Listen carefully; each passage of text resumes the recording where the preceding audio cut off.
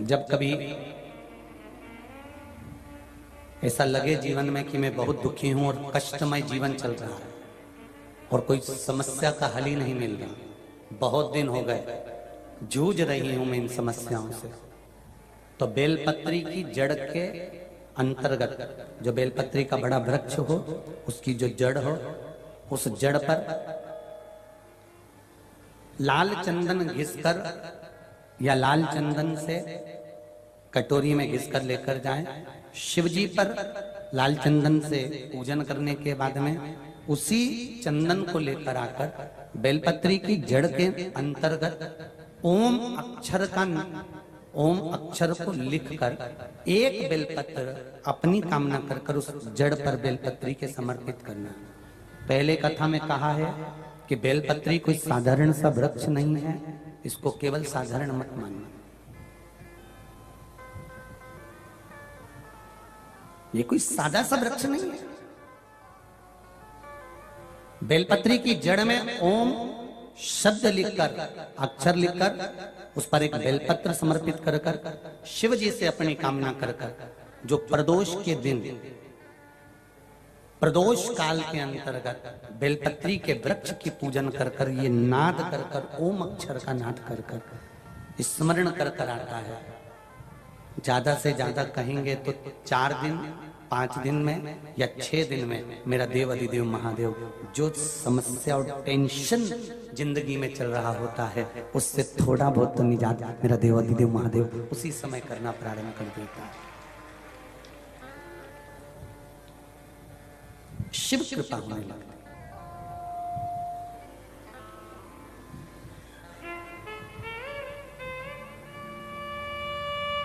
पर चंदन लगा होना चाहिए शिवलिंग पर। पहले शिवलिंग पे चंदन लगाना है, उसके बाद लेकर जाना। कौन से दिन? जम के बोलो जरा। प्रदोष समय, प्रदोष काल।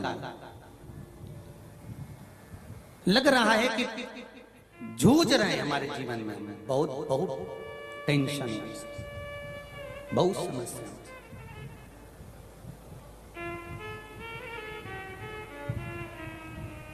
तब ओम अक्षर का नाद मूल होना चाहिए। आप में से कितने लोग शिव मंदिर जाते हैं? सभी लोग जाते हैं ना। तो शंकर जी के मंदिर जाते हैं तो आप जब वापिस लौट कर आते हैं तो नंदी के कान में, जब हम नंदी से कुछ कहते हैं, आप लोग जब वापिस लौट कर आते होंगे तो नंदी से कहकर आते होंगे ना कुछ ना। तो जब हम नंदी से कुछ कहकर आते हैं, आपने देखा होगा कई लोग नंदी के कान में कुछ कहते हैं।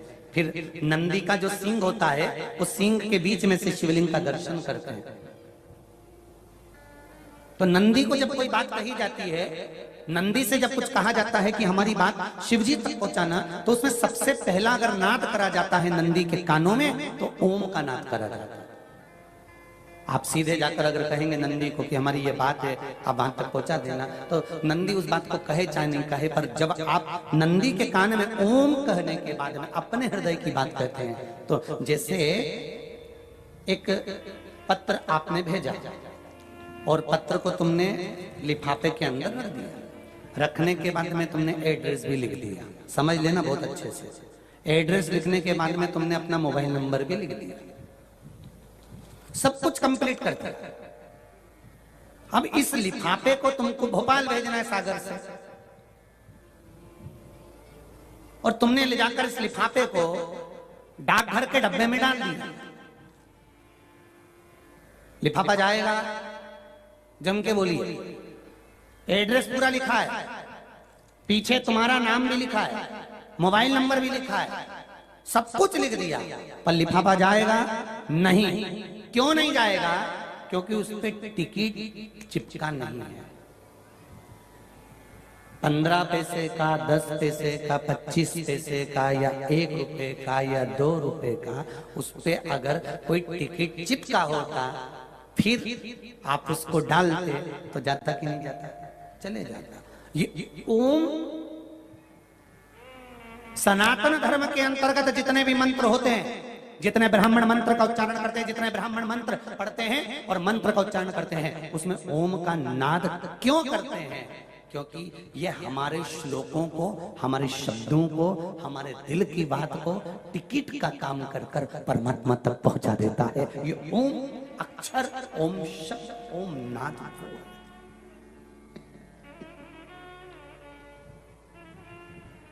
वहां तक पहुंचा।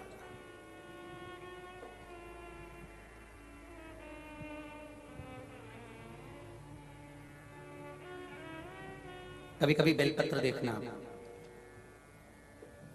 जब बेलपत्र आप समर्पित करते हैं तो ऊपर वाली जो पत्ती होती है उस पे ओम लिखते हो। कई किसी को लिखते हुए देखा होगा, चंदन से, पीले चंदन से, लाल चंदन से। सबसे मूल 3 पत्तियों में बीच वाली जो पत्ती है उस पे ओम लिख दिया, फिर इधर वाली में लिख दिया नमः, इधर वाले में लिख दिया शिवाय। कभी आपने देखा कि इधर वाली पत्ती में ओम लिखा हो, इधर में नमः लिख दिया हो, इधर में शिवाय लिख दिया हो? नहीं, लिखने वाला लिखेगा, क्योंकि जो विद्वान होता है, चतुर होता है, जिसमें विद्वत्ता होती है, वो सबसे ऊपर वाली पत्ती में ही ओम लिखेगा, क्योंकि उसको मालूम है ये ब्रह्मा है, ये विष्णु है और ऊपर शिव है। इन दोनों का समावेश ओम में है, इसलिए वो सबसे पहली पत्ती में ओम ही लिखता है। ना देवराज के प्राण छूट गए। शिव मंदिर से आया, चोरी करने वाला देवराज प्राणों को छोड़ा। एक लोटे जल की महत्वता जानकर माता, उनकी देवराज की मां जो जल चढ़ाती थी, उसका फल ये मिला कि देवराज के प्राण जहां छूटे वहां कोई दूसरा वृक्ष नहीं था, बेलपत्री के वृक्ष के नीचे प्राण छूटे। सनातन हिंदू धर्म के अंतर्गत आज भी किसी का अंतिम संस्कार करने के लिए ले जाते हैं, अर्थी को लेकर जाते हैं, तो एक जगह पर अर्थी को रोका जाता है, उतारा जाता है। इधर उतारते कि नहीं उतारते वो हमको मालूम नहीं, पर शास्त्र रीति करके एक जगह अर्थी को रोक देते हैं, उतार देते हैं, अर्थी को नीचे रख देते हैं। कुछ देर के लिए अर्थी ले जाने वाले भी वहां पर बैठ जाते हैं। किसी से पूछो, कोई विद्वान से पूछना, जो गांव का पुरातन व्यक्ति हो, बुजुर्ग हो, उससे पूछो कि ये शमशान जाते समय अर्थी को बीच में क्यों रोक दिया, इस अर्थी को यहाँ क्यों रोका गया, अर्थी रोकने का कारण क्या था, क्यों यहाँ अर्थी को उतारो, यहाँ उतारा करना, अर्थी को उतारना पड़ेगा, यहाँ रखना पड़ेगा, रखने के बाद लोग 4-5 पत्थर बीनते हैं, फिर उधर फेंक देते हैं, बैठ जाते हैं, क्यों, किस लिए, क्या कारण क्या है, उसको मालूम होगा तो वो जरूर बताएगा कि शिव महापुराण के अनुसार देवराज के प्राण बेलपत्री के वृक्ष के नीचे छूटे थे।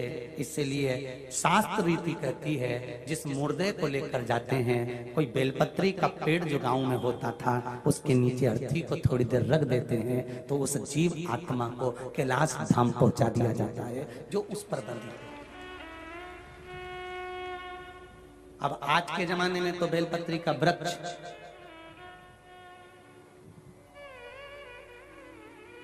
एक निवेदन सबसे करेंगे, मौका मिले जीवन में, अगर मौका मिले वृक्ष लगाने का,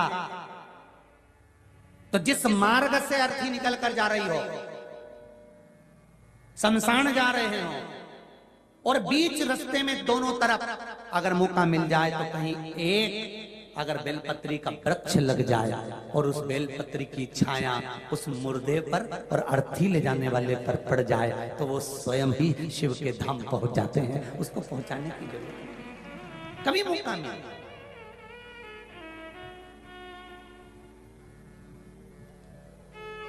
जहां देव स्थान हो, जहां देवताओं के स्थान हो, शिव के मंदिर बन रहे हो, शंकर मंदिर का विस्तार हो रहा हो, कहीं भगवान देवता विराजमान हो रहे हो, तो मेरा वहां के ट्रस्टी हो, वहां के समिति वाले, उनसे निवेदन है कि आपके बगीचे में बेलपत्री के जितने ज्यादा से ज्यादा वृक्ष होंगे, वो जीव का कल्याण करने वाले, सुख देने वाले।